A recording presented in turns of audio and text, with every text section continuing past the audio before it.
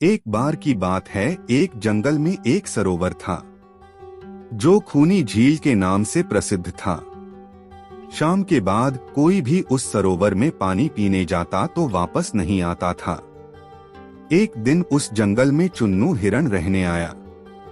जंगल में उसकी मुलाकात जग्गू बंदर से हुई। जग्गू बंदर ने चुन्नू को जंगल के बारे में सब कुछ बताया, लेकिन झील के बारे में बताना भूल गया।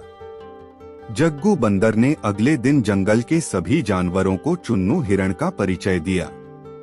जंगल में चुन्नू हिरण का सबसे अच्छा दोस्त एक चतुर खरगोश निकला। जब भी चुन्नू हिरण को प्यास लगती थी, वह उस सरोवर में पानी पीने जाता था। वह शाम को भी उसमें पानी पीने जाता था। एक शाम जब वह उस सरोवर में पानी पीने गया तो उसने देखा कि एक मगरमच्छ बहुत तेजी से उसकी ओर आ रहा है, जिसे देखकर वह बहुत तेजी से जंगल की ओर भागने लगा। रास्ते में उसे जग्गू बंदर मिला। जग्गू बंदर ने चुन्नू हिरण से पूछा कि इतनी तेजी से क्यों भाग रहा है। चुन्नू हिरण ने उसे सारी बात बता दी।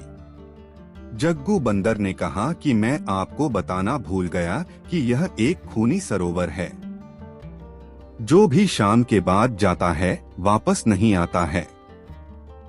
लेकिन मगरमच्छ उस झील में क्या कर रहा है? हमने उसे कभी नहीं देखा।